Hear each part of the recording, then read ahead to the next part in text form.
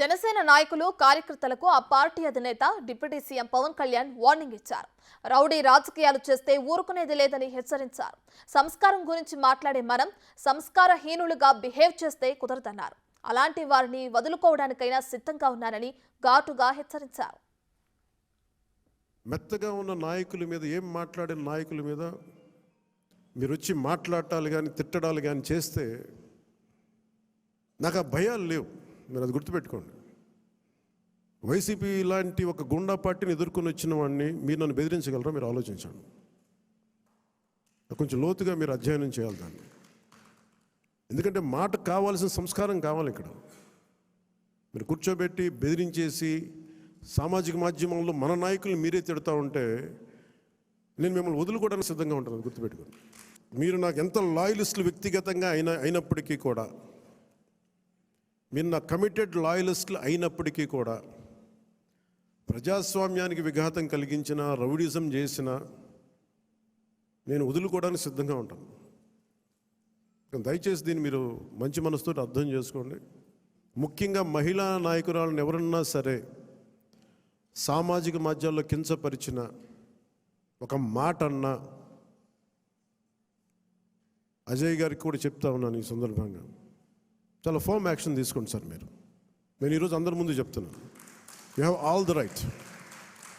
చాలా ఫర్మ్గా చెప్పండి. మనందరినీ మనం సంస్కరించాలి అనుకున్నప్పుడు మనమే సంస్కారహీనంగా మాట్లాడితే ఎట్లా?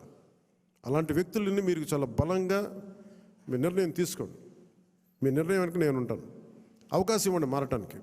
తప్పదు అనుకున్నప్పుడు మీరు పార్టీలో నుంచి కూడా మీరు వెళ్ళిపోవాల్సి వస్తే వెళ్ళిపోనివ్వండి, ఇబ్బంది పడద్దు. సో ఇలాంటి నాకు దయచేసి క్రమశిక్షణ రాహిత్యంతో దయచేసి నాకు తలపోట్లు తీసుకురాకండి.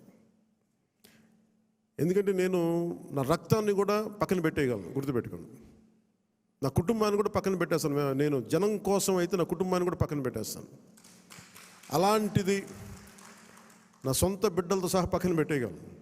నేను అంత నిస్వార్థంగా అంత గట్టిగా ఉంటాను.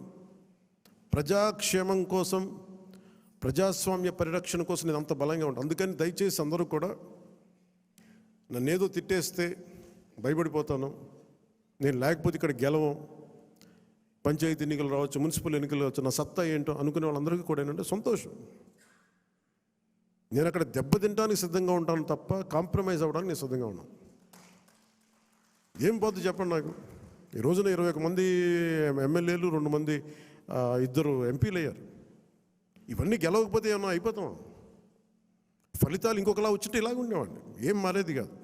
మీ సహాయానికి, మీకు సహాయకారిగా ఉండటానికి నాకు అభ్యంతరం లేదు. కానీ వాళ్ళని భవిష్యత్తులో వాళ్ళే మా తరం వారసులను చెప్పడం కొంచెం ఇబ్బందిగా ఉంది బయట. ఎందుకంటే అలాంటప్పుడు నేను కూడా నా పిల్లలు ప్రమోట్ చేస్తూ కూర్చుంటే ఇంకా దీనికి కొత్తదనం ఎక్కడి నుంచి వస్తుంది చెప్పండి? ఇబ్బందిగా ఉంటుంది. అది సహజంగా మీ బిడ్డలు మీరు ఎదగాలని కోరుకుంటున్నారు. రాజకీయాలు వస్తే నాకేం ఇబ్బంది లేదు. We're not against legacy, but let it happen in organic way. సహజ క్రమంలో జరగనివ్వండి. అందుకని ఇలాంటి ప్రతి చోట ఇవి కొన్ని వినిపిస్తూ ఉన్నాయి. ఇది అందరి ముందు చెప్తే ఇది అందరూ మనం ఒకసారి ఒక లోపలికి ఆత్మపరిశీలన చేసుకుని అందరూ సహజ క్రమంలో వస్తే నాకు ఇబ్బంది లేదు. కానీ దాన్ని దయచేసి ప్రజల మీద రుద్దకండి.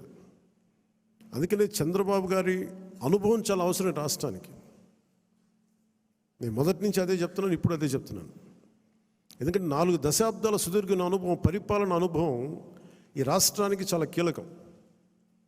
సో అలాంటి పరిపాలనా దక్షత ఉన్న వ్యక్తికి నాతో సహా అందరం చేదోడు వాదోడుగా ఉండాలి. ఈ కూటమి ప్రజలకి సుస్థిరత ఇచ్చి ప్రజలు తమ స్వశక్తి మీద నిలబడే వరకు ఈ కూటమి మనస్ఫూర్తిగా ఉండాలని కోరుకుని దీన్ని ఈ సందర్భంగా మీ అందరికీ తెలియజేసుకుంటున్నాను. For more videos like this, subscribe Big TV channel.